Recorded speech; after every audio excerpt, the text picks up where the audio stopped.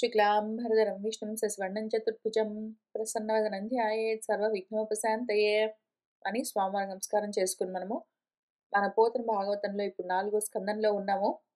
పృథువు కర్మనిష్టలో నుంచి జ్ఞాననిష్టలోకి పూర్తిగా ప్రస్థానం చేసి తన ఆత్మస్థితిలో ఉండడం కోసం ఆయన బయలుదేరుతూ ఉన్నారు.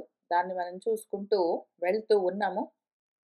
మనవాడు ఈ స్థితిలో ఎక్కడున్నాడు అంటే, మన సనత్ కుమార్ల వారి దగ్గర నుంచి ఆత్మజ్ఞాన ఉపదేశాన్ని పొందాడు.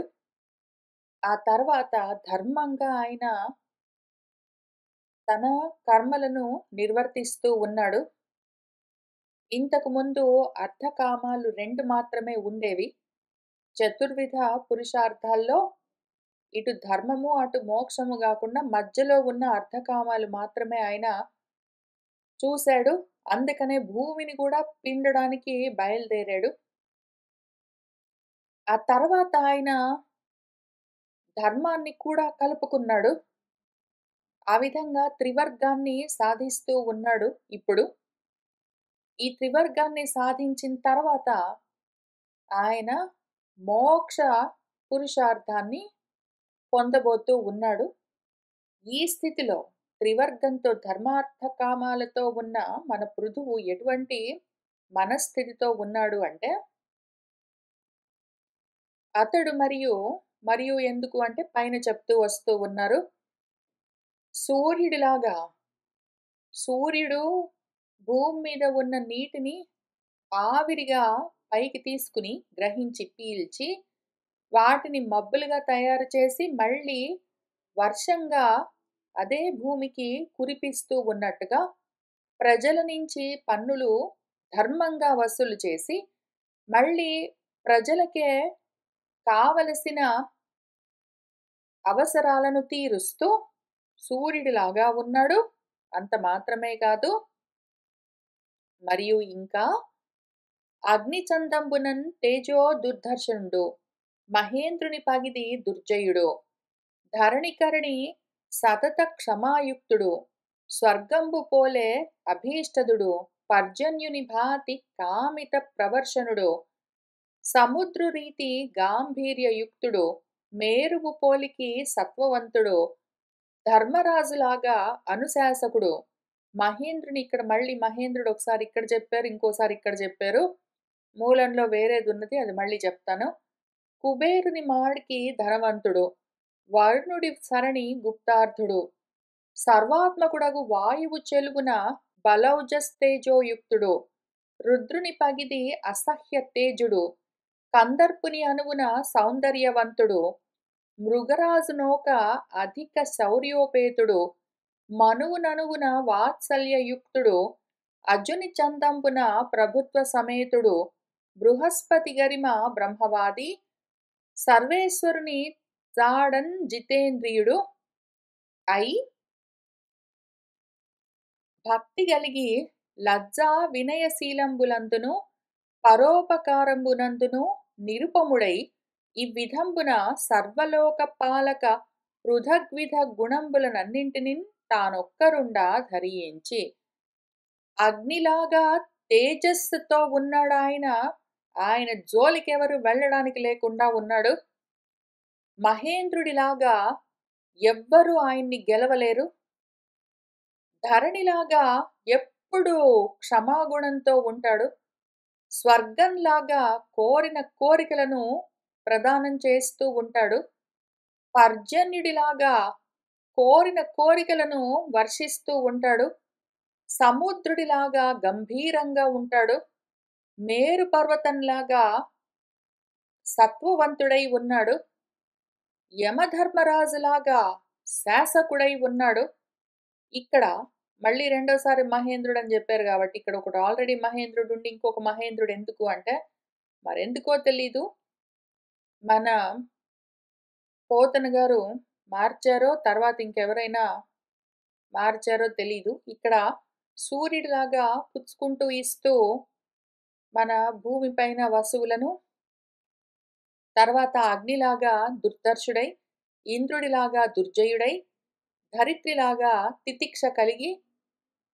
ఏదో ఆకాశంలాగా జౌహు ఇవ అభీష్టదః ఆకాశంలాగా అభీష్టాలను ప్రదానం చేసే అని ఇక్కడ రాసున్నది. ఇక్కడ స్వర్గంలాగా అని మార్చేశారు. ఆ తర్వాత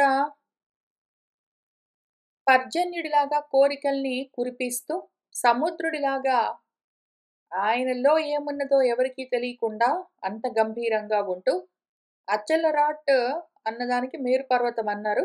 అంతటి సత్వంతో ఉండి, ధర్మరాజులాగా శిక్ష, క్రమశిక్షణతో ప్రజలను దండిస్తూ, అనుశాసిస్తూ ఉండి, ఆశ్చర్యే హిమవాన్ ఇవ అని ఇక్కడున్నది. హిమవత్ పర్వతమంతా ఆశ్చర్యకరంగా ఉన్నాడు మనవాడు అని మూలంలో ఉన్నది. ఇక్కడ రెండో మహేంద్రుడు అన్న చోట ఉండవలసిందేమి అంటే, హిమవత్ పర్వతంలాగా మహాశ్చర్యకరంగా ఉన్నాడు మనవాడు అని.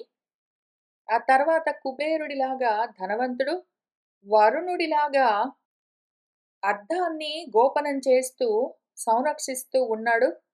సర్వాత్మకుడు వాయువులాగా బలము, ఓజస్సు, తేజస్సుతో కూడి ఉన్నాడు. రుద్రుడిలాగా సహించడానికి, తట్టుకోవడానికి వీలులేని తేజస్సుతో ఉన్నాడు.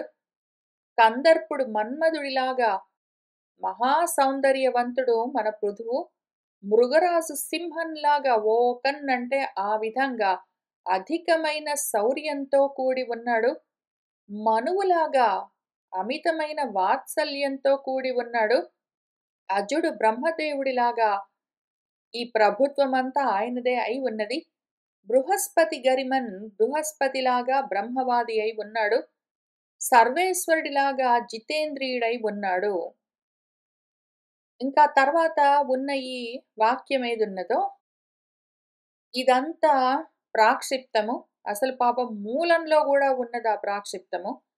వాత్సల్యంలో మనువులాగా, ప్రభుత్వంలో అజుడిలాగా, బ్రహ్మవాదనలో బృహస్పతిలాగా, ఆత్మవంతుడై ఉండడంలో హరిలాగా ఉండి, క్రియా ప్రశ్రయశీలాభ్యాం ఆత్మతుల్య పరోజ్యమే అని ఏదున్నదో అక్కడి నుంచి వెళ్ళిపోవాలి అక్కడికి. ఇక్కడి నుంచి దాని తర్వాత ఈ పాదం ఉన్నది. హ్రియ అంటే సిగ్గు, ప్రశ్రయము వినయము, సౌశీల్యము వీటితో పాటు పరోజ్యమే ఇతరులకు ఉపకారం చేయడం గురించి ఆత్మతుల్య ఆయనకు సాటి ఆయనే. ఇంక వేరేది సూర్యుడిలాగా ఉన్నాడు, చంద్రుడిలాగా ఉన్నాడు, ఇంద్రుడిలాగా ఉన్నాడు అని చెప్పడానికి వీల్లేదు.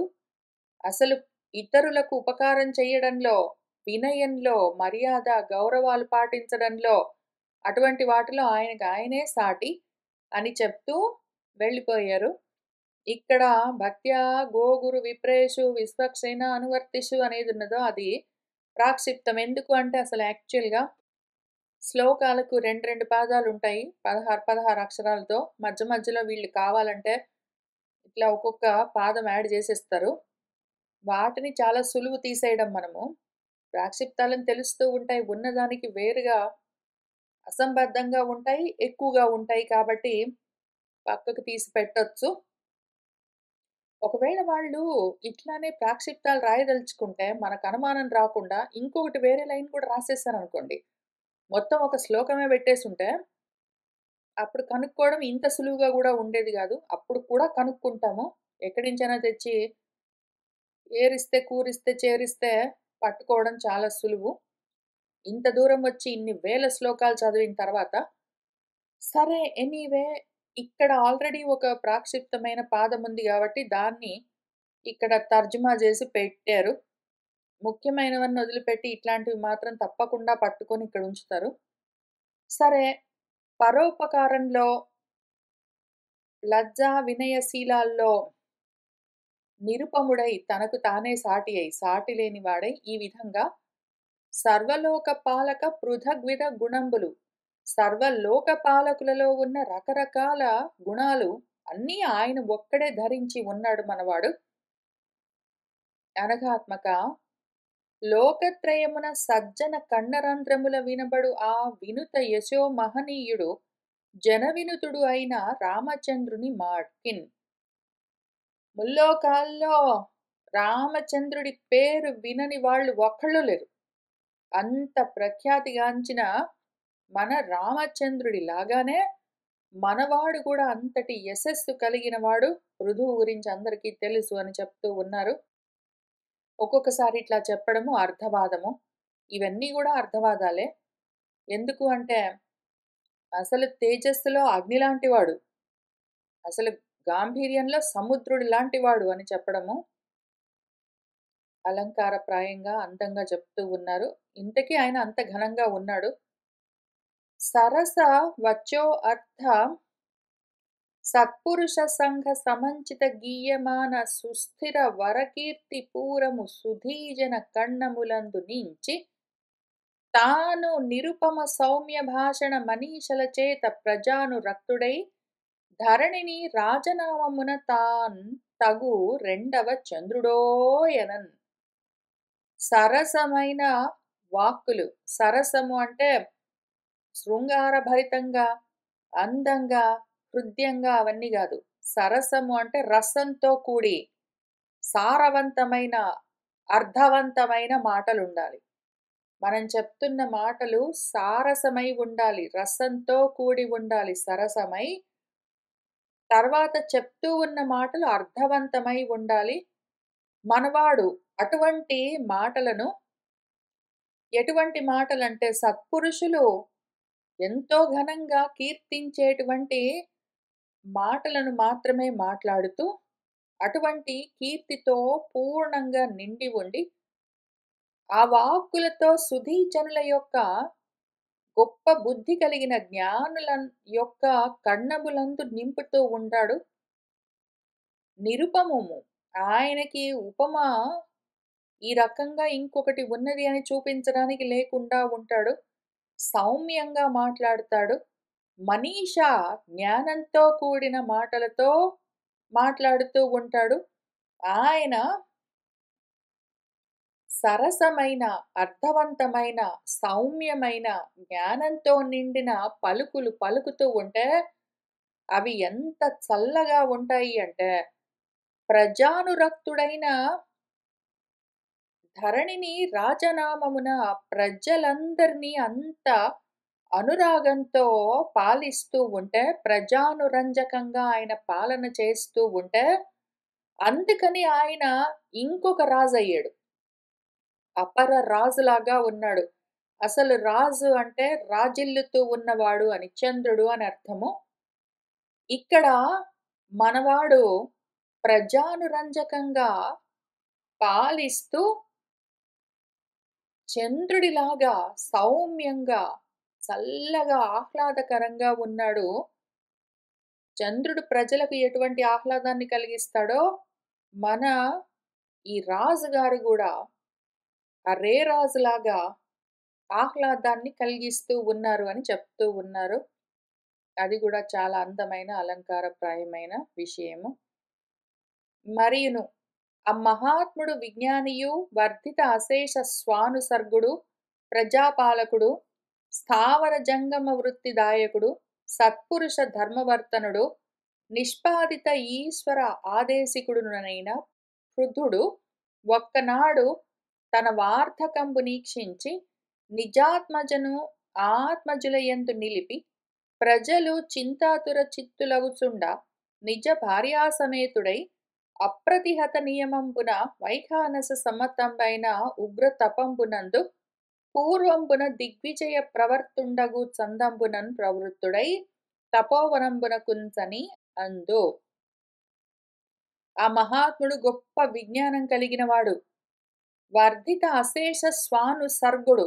ఆయన తన సొంత బిడ్డల్ని కూడా కని చక్కగా పెంచి వృద్ధిలోకి తెచ్చాడు.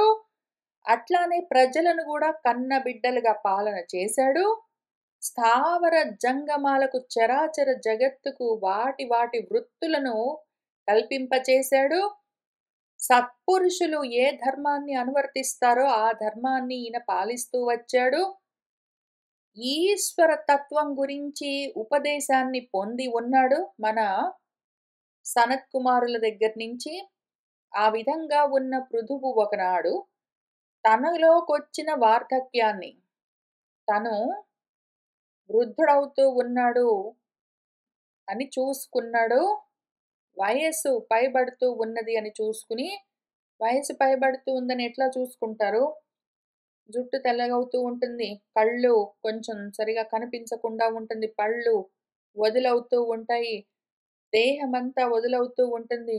ఒళ్ళు, చర్మమంతా మడతలు పడుతూ ఉంటుంది. జ్ఞాపక శక్తి మందగిస్తూ ఉంటుంది. అన్నం తిన్నది కూడా ఎక్కువగా అరగడం అన్నది మందగిస్తుంది. ఇటువంటివన్నీ జర అంటే వార్ధక్య చిహ్నాలు. ఇవి చూసుకుని మహాజ్ఞానులు ప్రపంచంలో మేము మహాజ్ఞానులము అని అనుకునే వాళ్ళేం చేస్తారు, జుట్టు నెరుస్తుంది అంటే నల్ల రంగులు వేసి, మీసాలకు గూడా రకరకాల బాడీ పార్ట్స్‌కి రంగులన్నీ వేసి, అట్లానే ఏదో ఒళ్ళు కొంచెం నీరసంతో ఉన్నది అంటే బలమైన టానిక్‌లవన్నీ చేసి, ఎక్సర్‌సైజ్‌లన్నీ చేసి, ఏదో కళ్ళకు చూపు మందగిస్తూ ఉన్నది అంటే లేజర్ ట్రీట్‌మెంట్స్ అన్నీ చేసుకుని, కళ్ళు ఊడిపోతున్నాయంటే కట్టుడు పళ్ళన్నీ పెట్టుకొని ఎవరికీ తెలియకుండా మెయింటైన్ చేస్తూ, ఈ రకంగా రకరకాలుగా తాపత్రయాలన్నీ పడొచ్చు. కానీ మనవాడు అటువంటి ప్రపంచంలోని మహాజ్ఞానుల్లాంటి వాడు గాదు. నిజంగా పాపం విజ్ఞాని గాబట్టి, ఈ వార్ధక్య చిహ్నాలను చూసుకున్నాడు. వాటిని కప్పిపుచ్చి ఇంకా నేను యవ్వనంలోనే ఉన్నాను అని ఎవరిని మోసం జేయాలో మరి? ఎందుకు ఎవరిని మోసం చేస్తూ తిరుగుతారో వీళ్ళు. అటువంటి పద్ధతిలో గాకుండా ఈయన ముందేం జేశాడు, తన ఆత్మజ భూమిని నా సొంత కూతురు అనుకుని ఆయన చూస్తూ వచ్చాడు. అటువంటి భూమిని అంటే రాజ్యాన్ని తన కొడుకులకిచ్చేశాడు. ప్రజలు చింతాతురతతో ఉంటే, ప్రజలందరూ ఈయన వానప్రస్థానికి వెళ్ళిపోతూ ఉన్నాడని తెలిసి బాధపడుతూ ఉంటే, ఆయన పట్టించుకోలేదు. భార్యా సమేతుడై వాళ్ళు "వద్దు వద్దు రాజా నీకెందుకు ఇప్పుడే ఎళ్తావా? తర్వాత వెళ్దువులే" అని అట్లా చెప్తే, అవును నిజమే తర్వాత చూసుకుందామని అట్లాంటివన్నీ అనుకోలేదాయన. భార్యా సమేతుడై అప్రతిహత నియమంతో ఇంకా అడ్డులేని నియమాలన్నీ పాటిస్తూ, కొంచెం కొంచెంగా గాదు పూర్తిగానే వైఖానస సమ్మతమైన ఉగ్ర తపస్సులో ఇంతకు ముందు పూర్వం ఆయన దిగ్విజయ యాత్రకు బయలుదేరినప్పుడు ఎంత ఉత్సాహంగా బయలుదేరాడు. ఒకానొక సమయంలో ఆయన లోకాలన్నీ సాధించేస్తాను, రాజ్యాలన్నీ సాధించేస్తాను అంటూ బయలుదేరినప్పుడు, ఇహపరాలను సాధించడానికి బయలుదేరినప్పుడు ఆయన ఎటువంటి ఉత్సాహంతో, ఎటువంటి పూనికతో, ఎటువంటి దీక్షతో వెళ్ళాడో, అంతటి దీక్షతో, పూనికతో, ఉత్సాహంతోటే ఇప్పుడు ఆత్మను సాధించడం కోసం బయలుదేరుతూ ఉన్నాడు. ఆ విధంగా ఇంతకుముందు ప్రపంచంలో ప్రవృత్తుడై ఉన్నవాడు, ఇప్పుడు పరం వైపుకు ప్రవృత్తుడై తపోవనానికి బయలుదేరాడు. వానప్రస్థాన్ని స్వీకరించాడు. ఇంతకుముందు గృహస్థాశ్రమాన్ని ఎంత సంతోషంగా, ఉత్సాహంగా స్వీకరించాడో, ఇప్పుడు వానప్రస్థాన్ని గూడా అంతే సంతోషంగా, ఉత్సాహంగా స్వీకరించి బయలుదేరాడు. కందమూల ఫలాసి అయి బహుకాలము ఉగ్ర తప పరిస్పందుడై అటమీదటన్ తృణపర్ణ భక్షణ చేసి ఆ చందం ఏది జలాసియై నృపసత్తముడు అది మాని తాను మందగంధవహ అసి అయ్యే క్రమంబున దృఢచిత్తుడై ముందు ఆయన బహుకాలము చాలా కాలము కందమూలాలు ఫలాలు ఇటువంటివే అసనం చేస్తూ భోంచేస్తూ ఉగ్రమైన తపస్సును పాటిస్తూ వచ్చాడు. అటమీదటన్ ఇంకా తర్వాత అసల కందమూలాలు, ఫలాలు కూడా వదిలిపెట్టి తృణాలో, పన్నాలో భోంచేస్తూ ఆ తర్వాత ఆ చందము ఆ విధంగా ఉండడాన్ని కూడా ఏది వదిలిపెట్టి జలాశయై కేవలము మంచినీళ్లు తాగుతూ ఆ నృపసత్తముడు మన పృథువు చివరికి ఆ మంచినీళ్లు తాగడం కూడా మానేసి తాను మందగంధవహ గంధవహుడు అంటే గాలి. గాలి భోంచేస్తూ ఊపిరి మాత్రం పీలుస్తూ ఆ విధంగా అయ్యెనో క్రమంబున దృఢచిత్తుడై ఆయన చిత్తం గూడా దృఢపడుతూ ఉన్నది. దేనికి ఆయన ఇంద్రియాలు ప్రపంచంలోకి పారట్లేదు. ఆ రకంగా దాన్ని నిలబెట్టి, ఈ విధంగా ప్రవర్తిస్తూ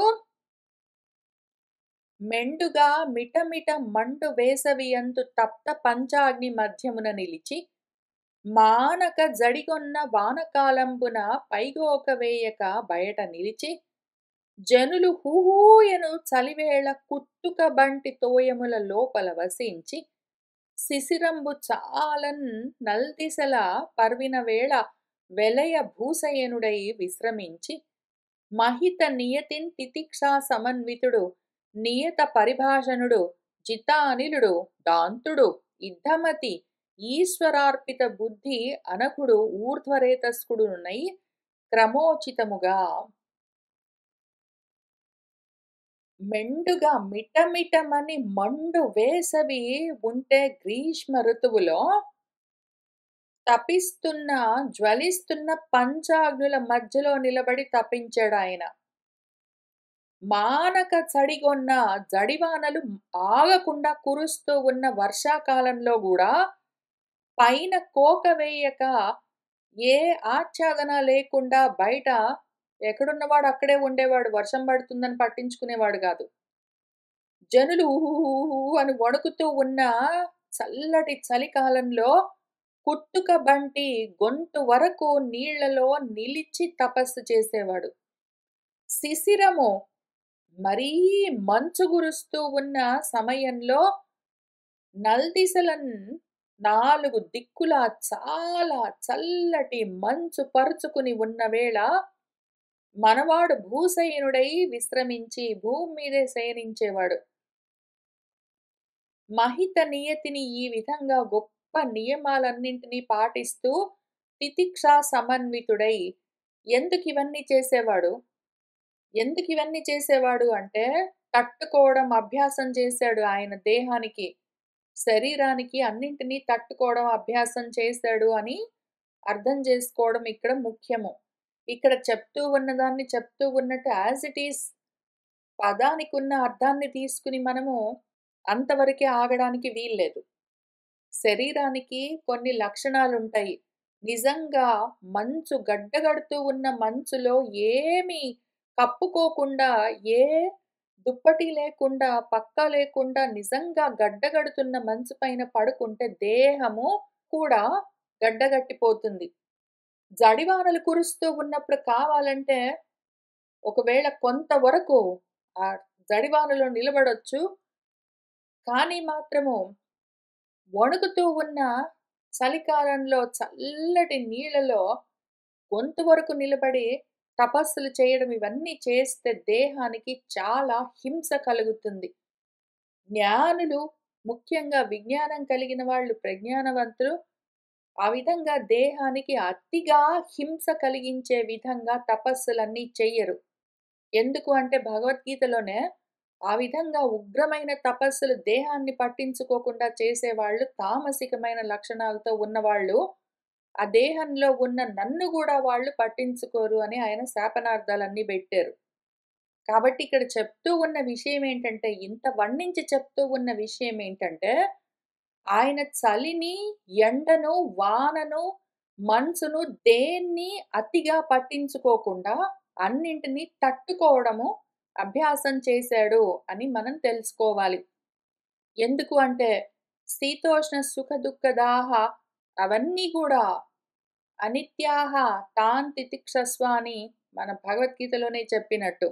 మాత్రా స్పర్శాహ ఇవన్నీ శీతోష్ణ సుఖ దుఃఖాలు వాటిని తట్టుకో అని ఏది చెప్పారో ఆ విధంగా తట్టుకోవడము తితిక్ష పాటిస్తూ ఉన్నాడు అని తెలుసుకోవడం అత్యవసరము. ఎందుకు అంటే ఇందాక ఆయన తేజస్సులో అగ్నిలాగా ఉన్నాడు. పుచ్చుకోవడంలో, ఇవ్వడంలో సూర్యుడిలాగా ఉన్నాడు. గంభీరంలో సముద్రంలాగా ఉన్నాడంటే నిజంగా ఆయన సముద్రం అయిపోయాడా? సూర్యుడైపోయాడా? అగ్ని అయిపోయాడా? చంద్రుడైపోయాడా? ఆయనలో అటువంటి లక్షణాలున్నాయి అని చూపిస్తూ ఉన్నట్టుగానే ఇక్కడ శీతోష్ణాలని, సుఖదుఖాల్ని అంతే సమంగా ఆయన తితిక్ష చేస్తూ వస్తూ ఉన్నాడు అని తెలుసుకోవడం ముఖ్యము. ఆ విధంగా ఉన్నవాడు నియమితమైన పరిభాషణుడు ఎంత అవసరమో అంత మాత్రమే మాట్లాడేవాడు. జిత అనిలుడు శ్వాస జయాన్ని సాధించాడు. దాంతుడై ఉన్నాడు. ఇంద్రియ నిగ్రహాన్ని సాధించాడు. ఎందుకు అంటే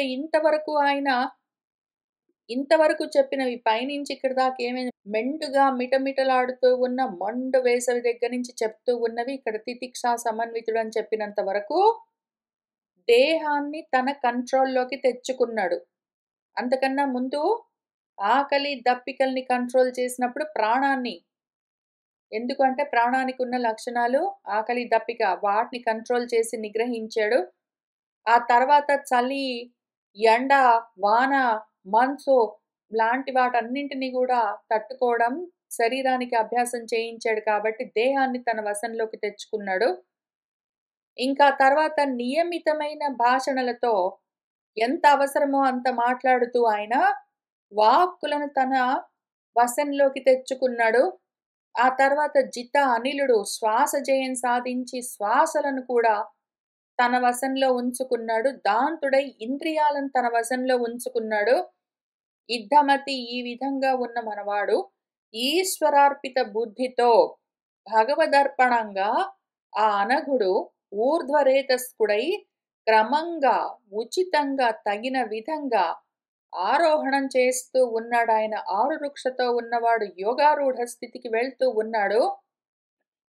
ఆ విధంగా ఆయన క్రమోచితంగా క్రమంగా ఒక పద్ధతి ప్రకారము అతిఘోరంబైన తపంబునాచరించెను. ఈ విధంబున క్రమానుసిద్ధంబైన తపంబున విధ్వస్త అశేష కర్మమలాశయుడు ప్రాణాయామములచే జిత అరిషడ్వర్గుడు చిన్న బంధనుడునై పురుష శ్రేష్ఠుడైన పృథు చక్రవర్తి భగవంతుడైన సనత్కుమారుడు ఎరిగించిన యోగ మార్గంబున సర్వేశ్వర భజనంబు గావించెను.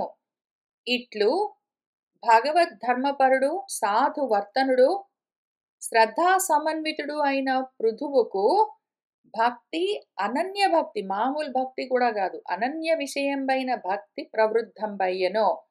అవ్విధంబున ఈ విధంగా ఆయన భయంకరమైన అతి ఘోరమైన తపస్సు చేసి తపిస్తూ ఉన్నాడు. ఆత్మ గురించి తపిస్తున్నాడు ఆయన. ఈ విధంగా ఆత్మ గురించి తపిస్తూ ఉన్న సమయంలో అనాత్మల పైన విరక్తిని పెంచుకుంటూ వెళ్తూ ఉన్నాడు. క్రమానుసిద్ధంబైన క్రమంగా ఆయన సాధిస్తూ ఉన్న ఈ తపస్సు వల్ల విధ్వస్త అశేష కర్మమల ఆశయుడు అశేషమైన కర్మలన్న మలాశయము మొత్తము ధ్వస్తమైపోగా ప్రాణాయామంతో అరిషడ్వర్గాన్ని జయించి బంధనాలన్నీ చిన్నం చేసుకున్నవాడై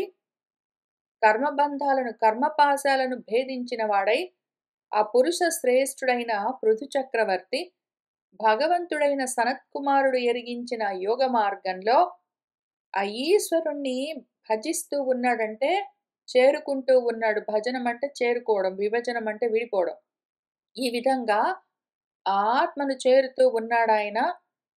భగవద్ధర్మపరాయణుడు సాధువర్తనుడు శ్రద్ధా సమన్వితుడైన పృథువుకు అనన్యమైన భక్తి కలిగింది. ఎందుకంటే ఆయన క్రమంగా ఈ తపస్సుతో వైరాగ్యాన్ని సాధించాడు కాబట్టి ముందు ఆయనకి శ్రద్ధ కలిగింది, దాంతో వైరాగ్యము, ఆ తర్వాత అనన్యమైన భక్తి, ఇంకా మిగిలిందేమి జ్ఞానము. ఆ విధంగా ఒక్కొక్కటి వస్తాయి. మన మూలంలో ఏ విధంగా ఏ ఆర్డర్లో వచ్చాయని చెప్పారో చూద్దాము. ఆయనకు శ్రద్ధ కలిగింది, శ్రద్ధ తర్వాత భక్తి కలిగింది, భక్తి తర్వాత విరక్తి కలిగింది వైరాగ్యము, ఆ తర్వాత జ్ఞానం కలిగింది.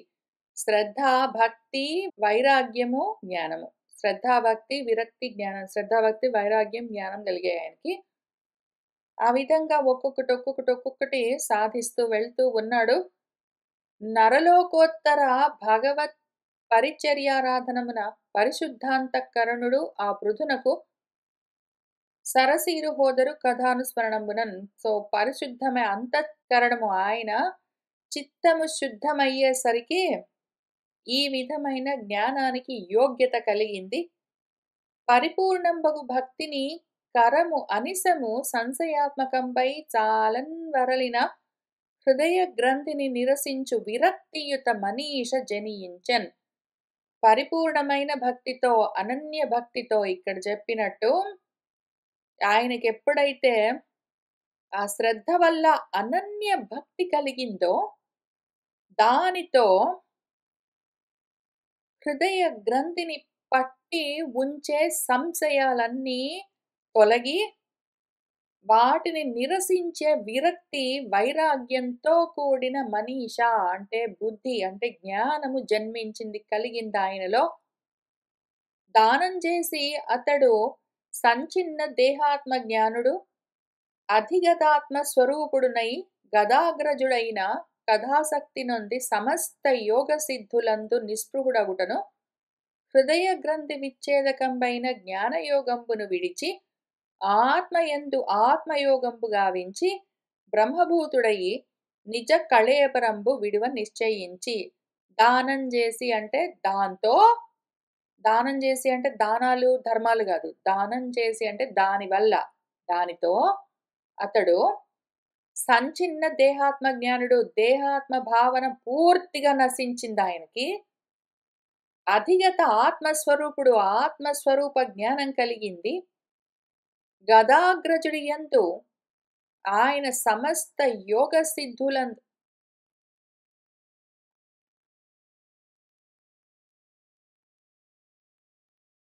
యావత్ ఇక్కడ చెప్పింది ఏంటంటే, చిన్న అన్యధీహి అధిగత ఆత్మగతిః నిరీహః తత్ తత్యజే అచ్చినత్ ఇదం వయునేన యెన. చిన్న అన్యధీహి వేరే జ్ఞానాలు, అసత్ జ్ఞానాలు, విశేష జ్ఞానాలన్నీ చిన్నమైపోగా, ఛేదించుకుని పోగా, అధిగత ఆత్మగతి ఆత్మ జ్ఞానము పొంది ఆయన నిరీహ, ఆయనకి ఏ ఈహ లేదు, ఇప్పుడు ఏ కోరిక లేదు, అసలు సమస్త కామాలు ఆప్తమై ఉన్నాయి. అటువంటి స్థితిలో ఏన వయునేన, ఏ జ్ఞానం వల్ల తన స్థితిని, స్వరూపాన్ని చేరుకుంటారో అటువంటి దానితో తత్ ఇదం, ఈ జగత్ అనేది ఉన్నదో దాన్ని ఆయన అచ్చినత్ ఛేదించేశాడు. ముందేం చేశాడు, అన్యధీహి విశేష జ్ఞానాలన్నింటినీ చిన్నం చేసుకుని ఆత్మగతిని పొందిన తర్వాత తత్ తత్యజే, దాన్ని అనాత్మలన్నింటినీ వదిలిపెట్టాడు. తర్వాత ఏన వయునైనా, ఏ జ్ఞానంతో ఇటువంటి స్థితికి వచ్చాడో చివరికి ఇదం అచ్చినత్, ఆ జ్ఞానాన్ని కూడా వదిలిపెట్టేశాడు. ఆయన తపించి తపించి తపించి తపించి తపించి శ్రద్ధతో భక్తిని, దాంతో వైరాగ్యాన్ని, అక్కడి నుంచి జ్ఞానాన్ని సాధించి, ఆ సాధించిన జ్ఞానము ఆత్మ జ్ఞానం అవుతూ ఉండగా అనాత్మల గురించిన జ్ఞానాలన్నింటినీ వదిలిపెట్టి, ఆ తర్వాత అనాత్మ జ్ఞానాలన్నీ తొలగిపోయాయి, ఆత్మ జ్ఞానం మాత్రం మిగిలిందంటే మళ్ళీ అదొకటి ఎందుకు వేరుగా. కాబట్టి వేరుగా ఉన్న జ్ఞానాలన్నింటితో పాటు దీన్ని కూడా ఆయన పూర్తిగా వదిలిపెట్టేశాడు. ఇంకా కంప్లీట్‌గా అనన్యము, వేరేది లేకుండా తన పాటికి తాను మాత్రంగా ఉన్నాడు. ఇటువంటి స్థితి ఎట్లా కలుగుతుంది అంటే అని ఈ 2 పాదాల్లో చెప్పారు. యావత్ ఎంతవరకైతే గదాగ్రజ కథాసు రతిన్న కుర్యాత్, అసలు ఇదంతా జరగడానికి ఫస్ట్ స్టెప్ కనీసం శ్రవణం కలగాలి. శ్రవణంతో దీని గురించిన రతి కలగాలి. ఆత్మ గురించిన విషయాలు శ్రవణం చేస్తూ చేస్తూ చేస్తూ ఉంటే మనకు దాని గురించిన రతి కలుగుతుంది, కోరిక కలుగుతుంది. అప్పుడు అనాత్మల గురించిన రతి తగ్గుతుంది. ఆ రకంగా జరగనంత వరకు మాత్రం అనాత్మలే తగులుకుని ఉంటాయి. ఎప్పుడైతే మనకు ఈ గదాగ్రజుడి కథలు వింటూ వింటూ ఆ శ్రవణం చేస్తూ చేస్తూ ఉంటే దాని గురించిన రతి కలగలేదో తావత్ అంతవరకు మాత్రమే ఇవన్నీ తగులుకుని ఉంటాయి అనాత్మలు. అయితే ఎప్పుడైతే ఆ రతి కలిగిందో అప్పుడు యోగగతిభిః, యోగ గతులతో వాడు పైకి ప్రయాణం చేస్తూ ఉన్న సమయంలో, అవతరించడం కాదు, ఉత్తరిస్తూ ఉన్న సమయంలో వాడు యతి అయి అప్రమత్తుడై ఉంటాడు. అంతవరకు మాత్రం కుదరదు అని చెప్తూ ఉన్నారు. దాన్నిక్కడ మన పృథువు దేహాత్మ జ్ఞానాన్ని పూర్తిగా వదిలిపెట్టి ఆత్మస్వరూపాన్ని పొందినవాడై ఉన్నాడు. గదాగ్రజుడి గురించి సిద్ధులు నిస్పృహుండగుటన్ హృదయ గ్రంథిని విచ్ఛేదకంబైన జ్ఞానయోగంబు విడిచి, సరే ఎట్లయినా సరే ఎంతవరకైతే గదాగ్రజుడి గురించిన ఆలోచన మనకు కలగదో అంతవరకు తగులుకుని ఉంటాము. కానీ ఎప్పుడైతే అది కలుగుతుందో అప్పుడు నిస్పృహ కలుగుతుంది. ఇంక దేనితో తగులుకుని ఉండడం, ఏ ఆశ ఉండదు. నిస్పృహ అంటే ఇక్కడ నిరీహః అని చెప్పారు. నిరీహ అన్న, నిస్పృహ అన్న ఒకటే అర్థం. దేని గురించిన ఆలోచన ఇంక ఉండదు. ఆ రకంగా ఉన్న స్థితిలో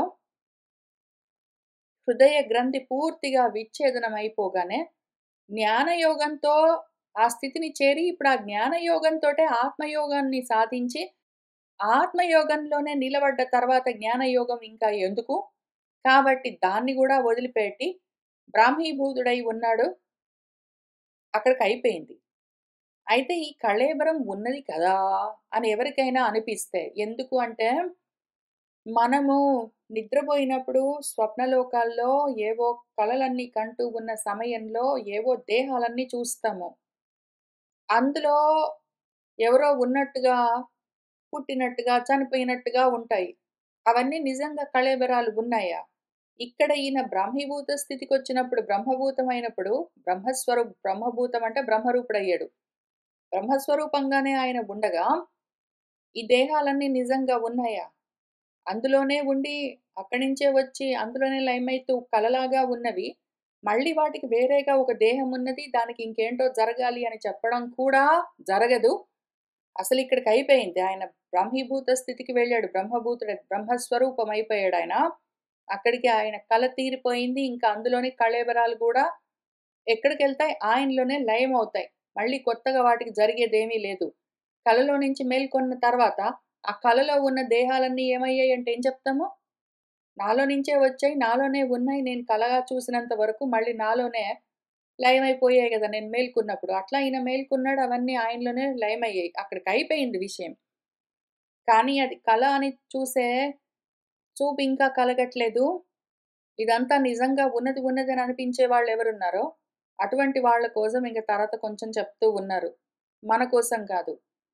మాండూక్యోపనిషత్తు దగ్గర నుంచి ఉపనిషత్తులన్నీ చదువుకుంటూ ఆత్మజ్ఞానం గురించిన విచారణ చేస్తూ ఉన్న మనకు ఇదంతా కల అని తెలుస్తూ ఉండగా, మనకు తెలిసింది మనకు తెలుస్తుంది. అయితే అది అర్థం చేసుకోలేని వాళ్ళ కోసము మళ్ళీ వేరే సెక్షన్ స్టార్ట్ చేస్తున్నారు ఇక్కడ గూడా.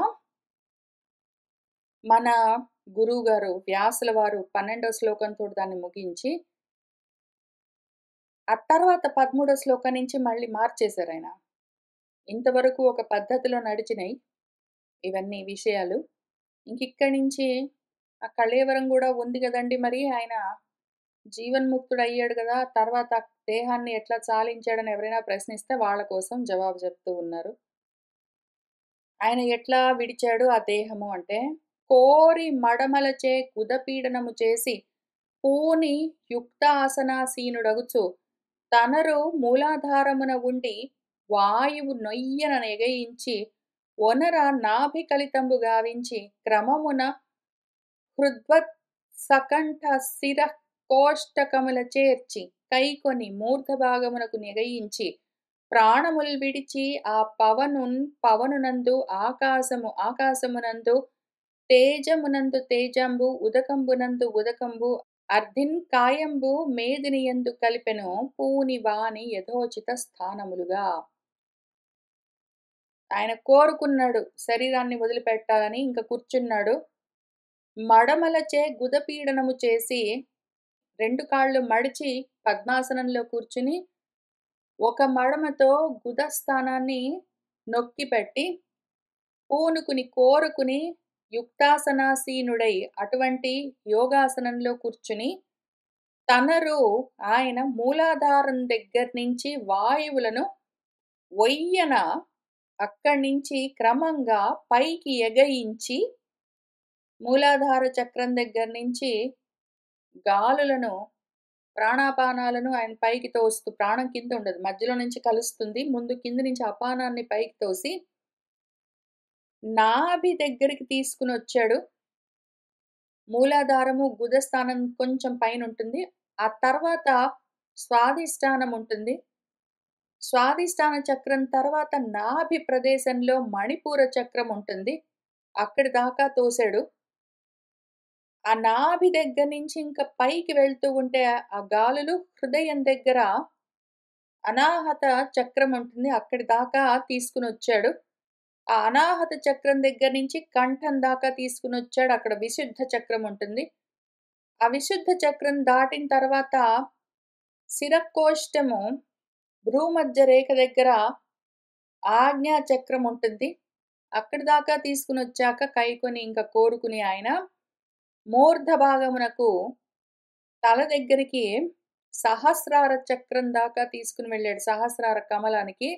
అక్కడి దాకా ఎగయించి అక్కడి దాకా పైకి, పైకి, పైకి, పైకి తోస్తూ ఉన్నాడు ప్రాణాలను. ఆ తర్వాత ఇంక అక్కడి నుంచి ప్రాణములు విడిచి ఎట్లా ఈ పాంచభౌతిక దేహాన్ని ఆ పంచభూతాల్లో కలిపేశాడు అంటే, పవనుణ్ణి గాలిని గాలిలో కలిపేశాడు. ఆకాశాన్ని ఆకాశంలో కలిపేశాడు. తేజస్సు అగ్నిని అగ్నిలో కలిపేశాడు. నీటిని నీళ్లలో కలిపేశాడు. దేహాన్ని అన్నమయమైన స్థూల దేహాన్ని మేదినియందు భూమిలో కలిపేశాడు. పూనుకుని వాటి వాటి యథోచితమైన స్థానాలుగా దేన్ని దాంట్లో కలిపేశాడు అని చెప్తూ ఉన్నారు. మరియు భూమిని ఉదకంబునందు, ఉదకంబు తేజంబునందు, తేజంబును వాయువున, వాయువును ఆకాశంబునందు, ఆకాశమును మనమున, మనమును ఇంద్రియంబుల, ఇంద్రియంబుల తన్మాత్రల, తన్మాత్రల భూదాది అయిన అహంకారమునందు, అహంకారంబు మహత్తత్వమునందును గూర్చి, అట్టి సర్వకార్య హేతుభూతంబైన మహత్తత్వంబు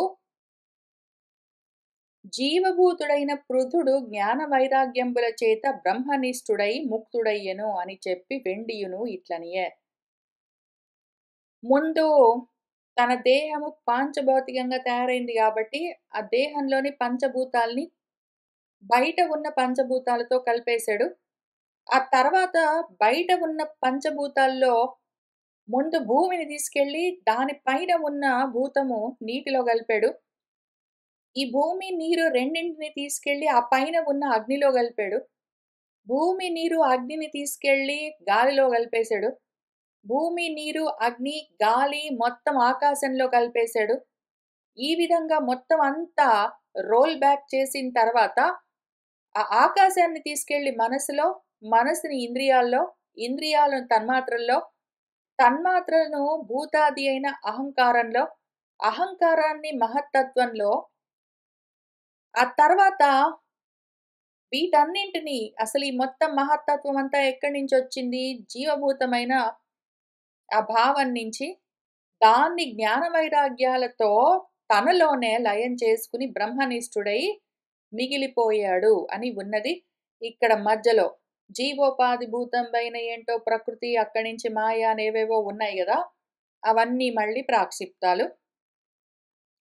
ఎందుకు కలుపుతారో మరి వాళ్ళకే తెలియాలి. ఆయనేం చేశాడంటే పార్ష్నిభ్యాం అంటే మడమలతో పాయువును సంపీడ్య పీడించి వాయువుని పైకి పంపిస్తూ ఉన్నాడు. నాభి ప్రాంతం దగ్గర నుంచి పైకి, పైకి, పైకి, పైకి తీసుకెళ్ళి ఆ తర్వాత అక్కడి నుంచి క్రమంగా వాయువుని వాయువులో, భూమిని భూమిలో, తేజస్సుని తేజస్సులో, వాటిని వాటిలో దేని దాంట్లో కలిపేస్తూ తర్వాత ఆయన ఏం చేశాడంటే క్షితిని తీసుకెళ్ళి భూమిని తీసుకెళ్ళి నీటిలో, నీటిని తీసుకెళ్ళి తేజస్సులో, దాన్ని తీసుకెళ్ళి గాలిలో, గాలిని తీసుకెళ్ళి ఆకాశంలో, వాటిని తీసుకెళ్ళి ఇంద్రియాల్లో, ఇంద్రియాలని మనసులో, దాని తర్వాత తన్మాత్రల్లో ఎట్లా వచ్చాయో అట్లా వాటన్నింటిని కలిపి ఈ మొత్తం భూతాదిని తీసుకెళ్ళి మహదాదిలో కలిపేశాడు మహత్తత్వంలో.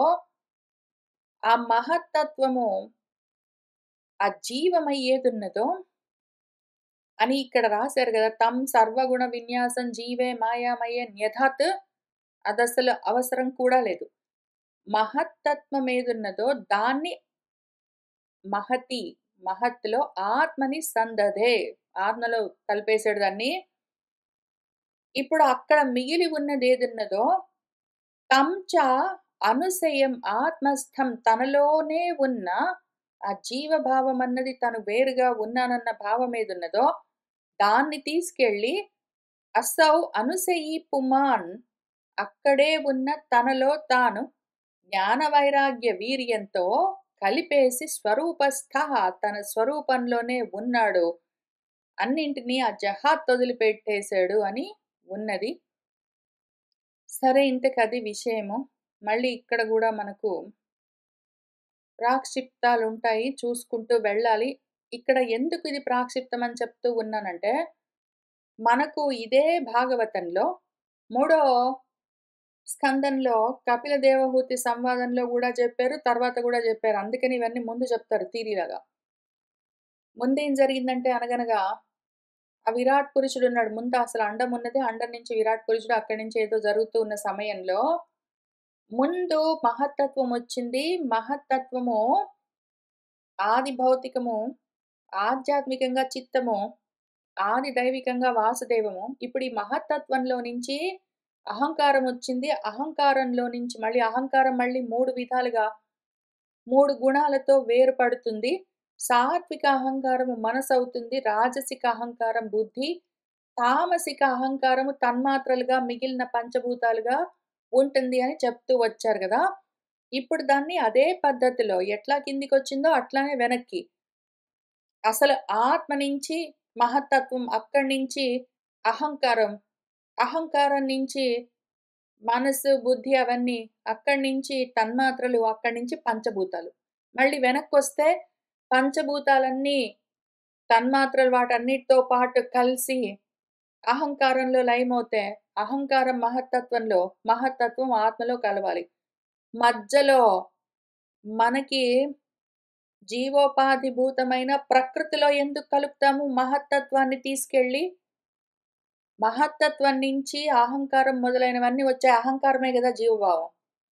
ఇప్పుడు ఈ జీవభావాన్ని అంటే అహంకారాన్ని తీసుకెళ్ళి మహత్తత్వంలో కలుపుతాము. మహత్తత్వం ఆత్మలో కలుపుతాం. మొత్తం మహత్తత్వంగా ఉన్నది అంటే చిత్తం అది. అశుద్ధమైన చిత్తము అక్కడి నుంచి ఇంకేమి కార్యాలు లేవు గాబట్టి, అది కారణంగా ఉండదు. అంతఃకరణం అక్కడ లయమవుతుంది.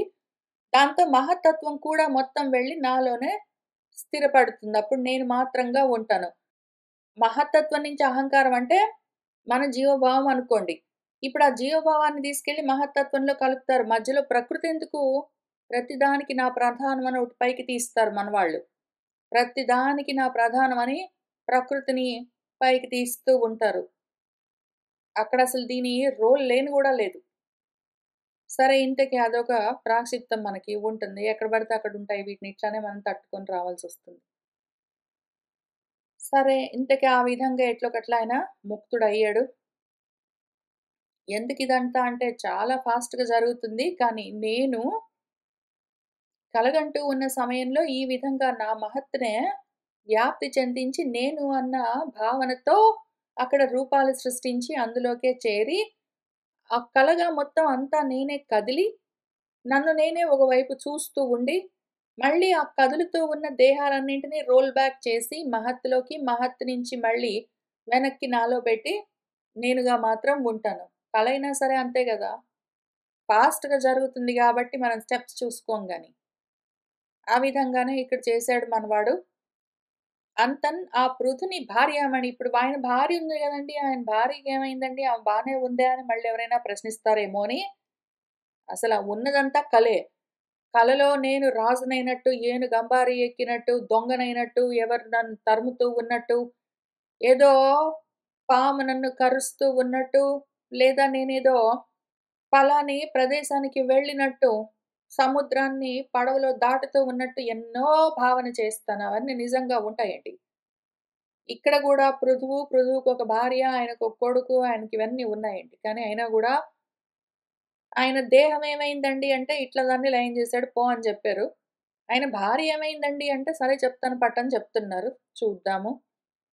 అంతన్ ఆ పృథుని భార్యామణియగు అర్చి, ఉడమిపై వడిన్ అడుగిడినన్ కందు సుకుమార పాదాబ్జ సుందరీ రత్నము, అతుల పతివ్రతయగుటం చేసి, ఆత్మైసకృత సువ్రతాచరణంబును, సుమహిత భక్తి శుశ్రూషణమును ఆర్షేయమగు దేహయాత్రయును అను వీని చేత మిక్కిలి కృశీభూత దేహయయ్యు ప్రియనాథకృత కరుణావలోక కరతల స్పర్శనాది సత్కారములను అబల సుఖవృత్తించెంది అయ్యై అడవులందు కృశత మది తోపకుండా చరించునప్పుడు.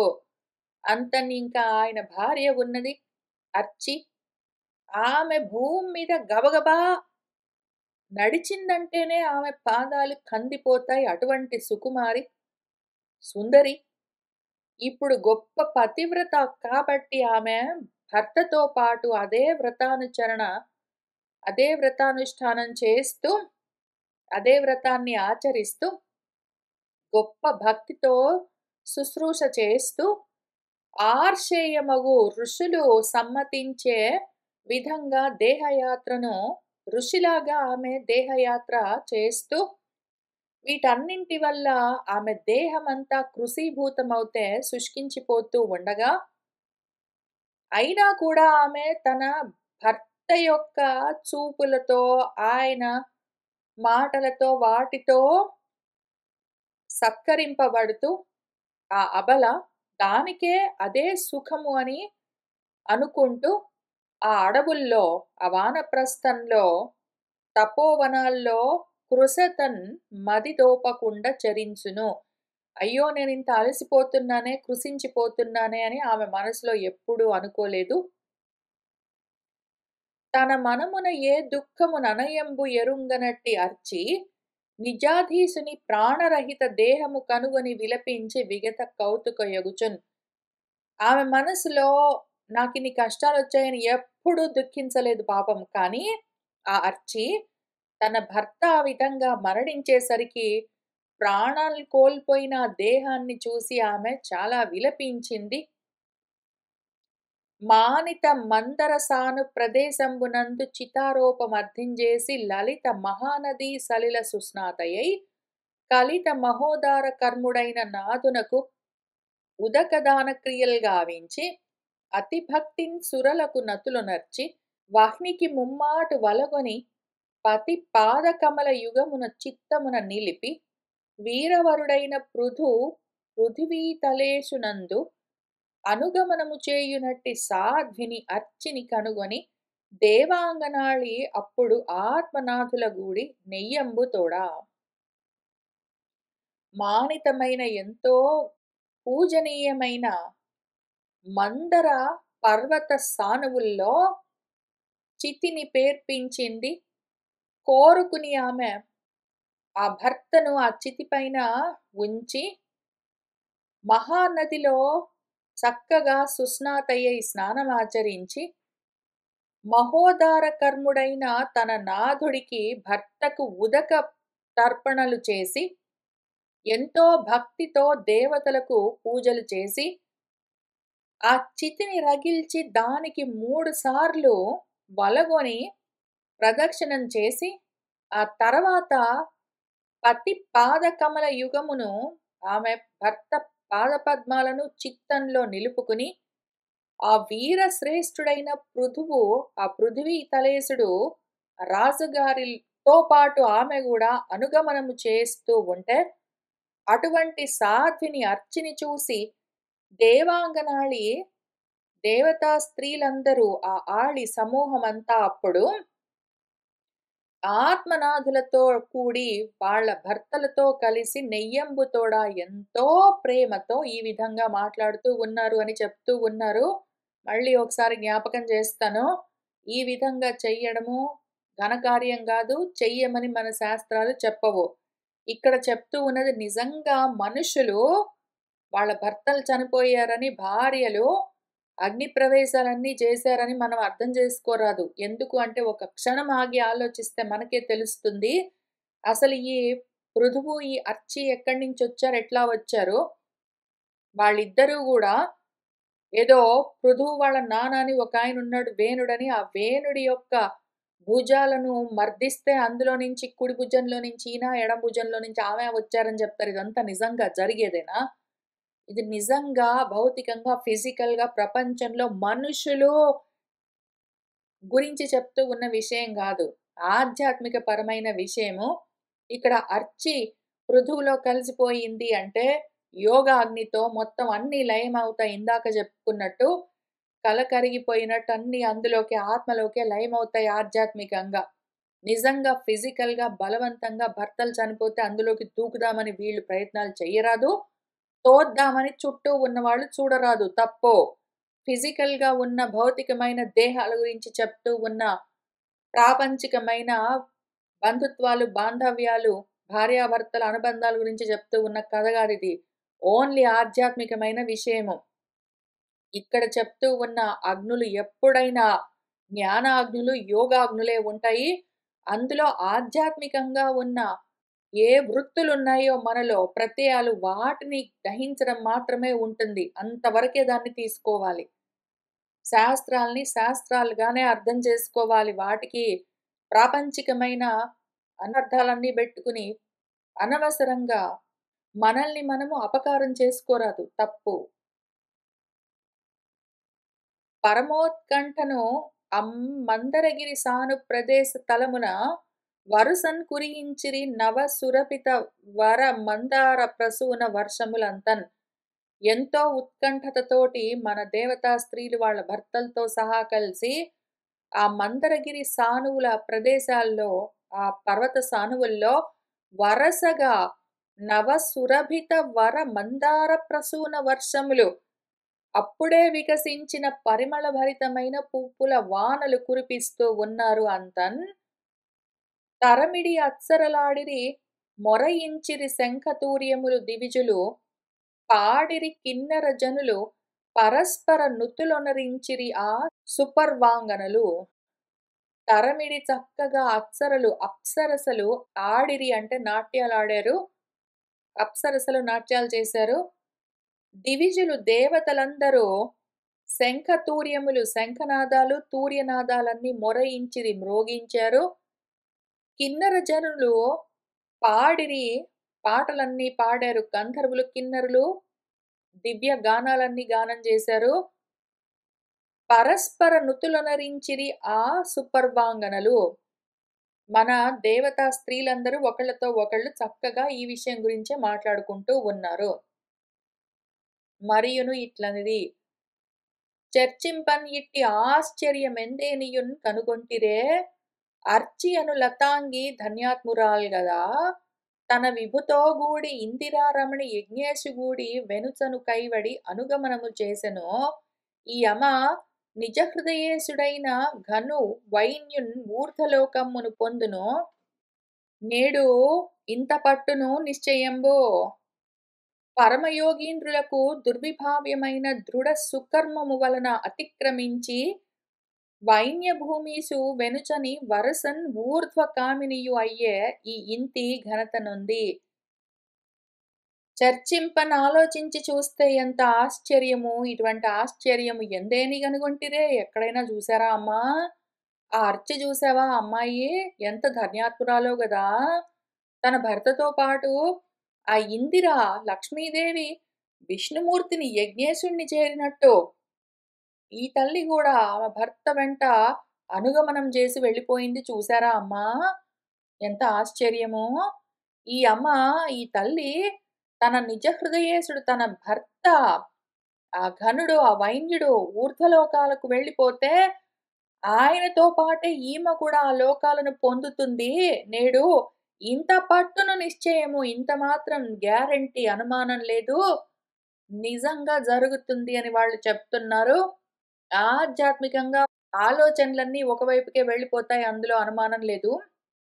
లౌకికంగా మాత్రము నా భర్త ఏవో లోకాలు సాధిస్తే నాకు రావడం, నా భర్త గొప్ప జ్ఞానాన్ని సాధిస్తే నాకు రావడం, నా భార్య మోక్షాన్ని సాధిస్తే నాకు రావడం ఇటువంటివన్నీ ఉండవు. ఆధ్యాత్మికంగా ఎవరిది వాళ్ళే సాధించుకోవాలి. కావాలంటే ఇక్కడున్నంత వరకు భూమి మీద ధర్మార్థ కామాలు 3 మాత్రమే గదా! కలిసి సాధించేది గృహస్థాశ్రమంలో ఉన్నంత వరకు. ఆ సమయంలో ప్రపంచంలో వాళ్ళేమైనా సాధిస్తే వీళ్ళు అనుభవించొచ్చు. భర్త సాధిస్తే భార్య, భార్య సాధిస్తే భర్త. వాళ్ళిద్దరు కలిసి వాళ్ళ పిల్లలకి, వాళ్ళకి కావాల్సిన వాళ్ళతో పంచుకుని వాళ్ళు అనుభవించొచ్చు గానీ, ఆటోమేటిక్‌గా, ఆధ్యాత్మికంగా భర్తకి ఏమైనా వస్తే భార్యకి, భార్యకి ఏమైనా వస్తే భర్తకి రావడం అన్నది ఉండదు. ఎవరిది వాళ్ళే వేరు వేరుగా సాధించుకోవాలి. పైగా వీళ్ళున్నది వానప్రస్థం. గృహస్థాశ్రమంలో మాత్రమే ధర్మార్థ కామాలు కలిసి పనిచేస్తాయి. భార్యాభర్తలు ఇద్దరూ వివాహం చేస్తారు. విశేషంగా గృహస్థ ధర్మాల్ని వహిస్తారు. వానప్రస్థం, సన్యాసం, బ్రహ్మచర్యం ఈ మూడిట్లో ఎవరికి వాళ్ళే. వీళ్ళు కావాలంటే కలిసి ఉండి సాధన చేసుకోవచ్చు. భార్యాభర్తలు చేయొచ్చు, అన్నాతమ్ముళ్ళు చేయొచ్చు, స్నేహితులు చేయొచ్చు, తల్లి కొడుకులు చేయొచ్చు, తండ్రి కొడుకులు చేయొచ్చు. ఎవరైనా సరే కలిసి కూర్చొని సాధన ఎవరైనా చేయొచ్చు. గురు శిష్యులు అందరూ కలిసి కూర్చొని సాధన చేయొచ్చు కానీ సాధించేది మాత్రం ఎవరికి వాళ్ళే సాధించుకుంటారు. ఒకళ్ళది ఒకళ్ళకి రాదు, కుదరదు, అవకాశమే లేదు. ప్రపంచంలో గూడా నేను చదువుకుంటే నా కూతురికి రావడం, నా కూతురికి గొప్ప జ్ఞానం కలిగితే నాకొచ్చేయడం అవన్నీ జరగవు. నా కూతురు గొప్ప జ్ఞానం సాధించి దాంతో గొప్ప ఉద్యోగం తెచ్చుకొని బాగా డబ్బులు తెస్తే నేను అనుభవించొచ్చు ఆ డబ్బులు కానీ, దాని జ్ఞానం నాకొచ్చేది లేదు. అట్లానే ఇక్కడ గూడా జ్ఞానము, మోక్షము ఎవరికి వాళ్ళు సాధించుకోవాలి. భర్తకొస్తే భార్యకి, భార్యకొస్తే భర్తకొచ్చేదేమీ ఉండదు. ఇక్కడ చెప్తున్నది అది కాదు. పృథువు, అర్చి ఇద్దరు యాక్చువల్‌గా లౌకికమైన దంపతులు కాదు. ఆధ్యాత్మికమైన తత్వాలు. ఒకటెటు పోతే దాని వెనకాల మిగిలినవన్నీ వెళ్ళిపోతాయి మరి కల కరుగుతూ ఉన్న సమయంలో. ఇంతకి ఎంతవరకొచ్చాము? కాబట్టి ఇంత పట్టున నిశ్చితంబు ఇంత మాత్రం ఆయనకొచ్చిన లోకాలు ఈమెకొచ్చేస్తాయి గ్యారంటీ అంటే రావు. కానీ సరే, ప్రపంచంలో అట్లా అనుకుంటూ ఉంటారు. మంచిది శుభము. పరమయోగీంద్రులు వాళ్ళకు కూడా దుర్విభావ్యము. వాళ్ళు గూడా భావించడానికి కష్టమైన, దృఢమైన సుకర్మలను దాటి, ఈ వైన్యుడు, ఈ భూమీశుడు ఏమి సాధించుకున్నాడో ఆయన వెంటబడి వెళ్తూ ఈమె గూడా వరసగా ఆయన సాధించుకున్న ఊర్ధ్వ గతులన్నింటినీ పొందింది ఈ ఇంతి అంత ఘనతనుంది అని చెప్పుకుంటూ ఉన్నారు. మంచిది. ఇదంతా మూలంలో లేదు. మళ్ళదో ప్రాక్షిప్తం ఇక్కడ. కొన్ని అసలు మూలంలోనే ప్రాక్షిప్తంగా ఇరికిస్తే, దాన్ని ఇక్కడికి తీసుకొనొచ్చి పెట్టారు. కొన్ని అక్కడ లేకపోయినా గూడా ఇక్కడికి తీసుకొనొచ్చారు. అసలు విషయం నుంచి మనల్ని పక్కకి తప్పించేవేవైనా సరే, మనకి చాలా కష్టంగుంటుంది. వాటన్నింటిని ఆ ముళ్ళలో నుంచి, రాళ్ళలో నుంచి వెళ్ళవలసొస్తుంది మనము. మన మార్గాన్ని సుగమం చేసుకుంటూ మరి. పరికింపగనే మరుజుడు హరిపదమును పొందజేయునట్టి వివేక స్ఫురణంతనర్చు వానికి పరువడి నిల పొందరాని పదములు గలదే. ఆలోచించి చూస్తే వివేక జ్ఞానం కలిగిన మనిషికి వాడు ఆ వివేక స్ఫురణతో ఉంటే వాడు పొందరాని పదవి ఎక్కడైనా ఉన్నదా అని అడుగుతున్నారు. నిజమే లేదు. వివేక జ్ఞానం కలిగిన వాడు పొందలేనిది లేదు. అవును. అట్టి అపవర్గ సాధనమైన మనుజ భావముందియు విషయ సంబద్ధుడగుచు వసుధను ఎవ్వడు వర్తించునో వాడు ధరణిని అనయము నిజాత్మ వంచకుడు అనగపరగును. అపవర్గాన్ని సాధించడం కోసమే గదా మనిషికి దుర్లభమైన ఈ జన్మ కలిగింది. దాన్ని పొంది గూడా విషయాలలో తగులుకుని వాడు, ఇంద్రియ విషయాలతో తగులుకుని, ఈ భూమి మీద ఎవ్వడైనా సరే, అందులో నుంచి బయటపడదామన్న ఆలోచన లేక బద్ధుడై ఉన్నాడో, ఆ విధంగా ప్రవర్తిస్తూ ఉన్నాడో, వాడు ఈ భూమి మీద అనయము నిజ ఆత్మ వంచకుడు, ఆత్మద్రోహం చేసుకున్నవాడు, ఆత్మవంచకుడు వాడు.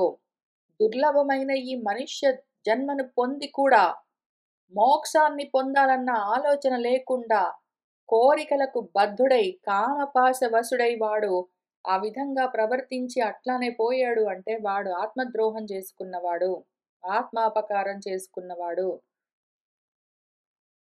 అనివారలు తన్నర్ధిని వినితింపగ నర్చి ఆత్మ విభు వెనునంటంచని అచ్యుతలోకంబున అనుపమ విభవమును పొందెను అని విదురునకున్.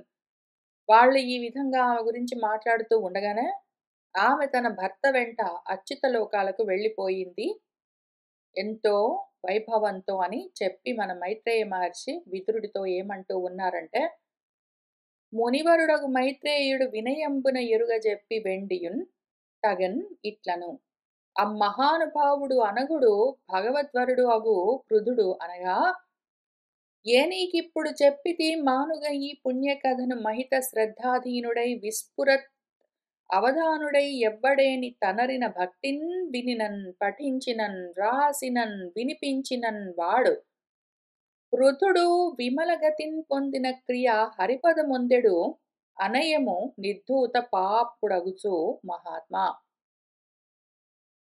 ఆ మునివరుడు మైత్రేయ మహర్షి ఎంతో వినయంగా ఈ విషయాలన్నింటినీ విదురుడికి చెప్పి ఇంకేమన్నాడంటే, ఆయన మహానుభావుడు అనఘుడు భగవద్వరుడు పృథుడు ఓ అనగా నీకు ఈ కథ చెప్పాను కదా, దీన్ని ఎవరైనా సరే ఈ పుణ్యమైన కథను గొప్ప శ్రద్ధతో గొప్ప బుద్ధితో సావధాన చిత్తుడై భక్తితో విన్నా సరే, చెప్పినా సరే, రాసినా సరే, వినిపించినా సరే, పృథుడు ఎటువంటి గొప్ప స్థితిని పొందాడో అటువంటి స్థితిని వీడు కూడా నిర్ధూత పాపుడై పొందుతాడు మహాత్మా అని చెప్తున్నారు. అవును, విన్నంత మాత్రాన, చెప్పినంత మాత్రాన, చదివినంత మాత్రాన, రాసినంత మాత్రాన అయిపోదు. వింటూ రాస్తూ చెప్తూ ఆలోచన చేస్తూ అందులో చెప్పిన దాన్ని విచారిస్తూ అవసరమైన చోట వైరాగ్యం కోసం అభ్యాసం చేస్తూ ఉంటేనే నెమ్మదిగా వాడికి దేహంతో కనెక్షన్ కట్ అయ్యి దేహాత్మ భావన తొలగి నెమ్మదిగా అంతఃకరణము శుద్ధమై అది చిత్తంగా మారి అదెప్పుడైతే చిత్తమయిందో శుద్ధమయ్యిందో అప్పుడు వాడికి ఆత్మ జ్ఞానానికి యోగ్యత కలిగి తద్వారా ఈ విధంగా శ్రద్ధ భక్తి వైరాగ్యం 3 వాడు సాధించుకుంటే దాంతో కావలసిన ఆత్మ జ్ఞానముతో వాడు ఈ స్థితిని సాధించొచ్చు. అంతేగాని ఊరికినే వింటే చదివితే చెప్తే రాస్తే వీటన్నింటి వల్ల ఇంత మాత్రంతోటే సరిపోదు. వీటి వెనకాల విచారణ ఆచరణ 2 ఉండి తీరవలసిందే. ఆ విధంగా చేస్తే తప్పకుండా ఈ స్థితిని చేరుతారు, అనుమానం లేదు. ఇంకా కొన్ని ఫలశ్రుతులు చెప్తున్నారు, గబగబా చూసుకుందాము. బ్రాహ్మణుడు అంచిత భక్తిని పఠించిన బ్రహ్మవర్చసము సంప్రాప్తమగును. క్షత్రియుడు అర్థమై చదివిన విన్నను జగతి విభుత్వంబు సంభవించును. వైశ్యుడు విని ధనవంతుడై ఒప్పును.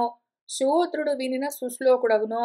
మరియును భక్తిని ముమ్మారు పఠించిన విత్తవిహీనుడు విత్తపతియును.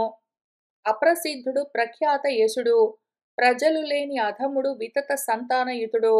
మూర్ఖ చిత్తుడు విజ్ఞాన బోధమతియు అగుచు నుతికెక్కుదురు మహితాత్మ. బ్రాహ్మణుడు దీన్ని చాలా భక్తితో చదువుకున్నాడంటే బ్రహ్మవర్చస్సు కలుగుతుంది. క్షత్రియుడికి వాడు కోరుకున్న విధంగా రాజ్యం కలుగుతుంది. వైశ్యుడు గొప్ప ధనవంతుడవుతాడు. శూద్రుడు గొప్ప ఖ్యాతి గడిస్తాడు. భక్తితో దీన్ని 3 సార్లు ఎవరైనా పఠించారంటే డబ్బులు లేని వాళ్లకు డబ్బులు వస్తాయి. అంతవరకు ఏమాత్రం పేరు ప్రతిష్టలు లేకుండా ఉన్న వాళ్లకు గొప్ప ఖ్యాతి యశస్సు కలుగుతుంది. బిడ్డలు లేని వాళ్ళకి బిడ్డలు కలుగుతారు. మూర్ఖులకు మహాజ్ఞానం కలుగుతుంది. ఈ విధంగా అందరూ నుతికెక్కుతారు, ఎంతో పేరు తెచ్చుకుంటారు. కాబట్టి ప్రయత్నం చేసి అయితే చూడండి, చదవండి, వినండి, చెప్పండి, రాయండి, దాంతోపాటు ఆలోచన చేస్తూ ఉండండి, విచారించండి, అందులో ఉన్నవి చెప్పినవి జాగ్రత్తగా ఆచరిస్తూ ఉండండి. ఇవన్నీ వస్తాయి, ఇవన్నీ వస్తాయి, ఇవన్నీ వస్తాయని చెప్తున్నారు కదా, మొత్తం అన్ని వస్తాయి. ముఖ్యంగా వీటన్నింటికి మూలము నిన్ను నువ్వు పొందుతావు. ఆ తర్వాత ఇట్లాంటి చిన్న చితకవే ఏదో నీకు బ్రహ్మవర్చస్సు వస్తుంది, నువ్వే బ్రహ్మం అయితే నీకు మళ్ళీ బ్రహ్మవర్చస్సును సపరేట్గా అవసరమా? మొత్తం అంతా నీదే అయితే మళ్ళీ వేరుగా కొంచెం రాజ్యం అవసరమా?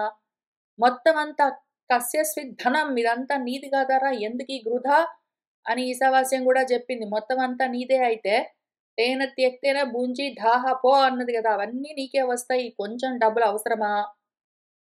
నీకు గొప్ప పేరు ప్రఖ్యాతలంటే ఇంక నిన్ను మించిన ఆత్మను మించిన పరబ్రహ్మం మించింది ఇంకేమైనా ఉందా?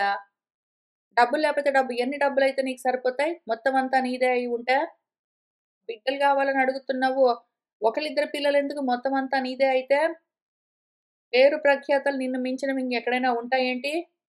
నిన్ను మించిన విజ్ఞానము ప్రజ్ఞాన ఘన స్వరూపము నువ్వు. నువ్వు మూర్ఖుడివేంటి? అవన్నీ నీకే తెలుస్తాయి. గ్యారంటీగా వస్తాయి. గ్యారంటీగా వస్తాయి. నువ్వు అర్థం చేసుకుంటూ, ఆచరిస్తూ, విచారిస్తూ వెళ్తే అనుమానమే లేదు. అది విషయము. ఈ లోకంబునన్ పురుషులకు స్వస్తి అయినంబు, అమంగళము నివారణంబు, ధనప్రదంబు, యశస్కరము, ఆయుష్కరము, స్వర్గదాయకము, కలిమలాపహము అయిన ఈ పుణ్యచరితము చతుర్విధ పురుషార్థ కాములైన వారికి చతుర్విధ పురుషార్థ కారణంబగును గావున వినందగును.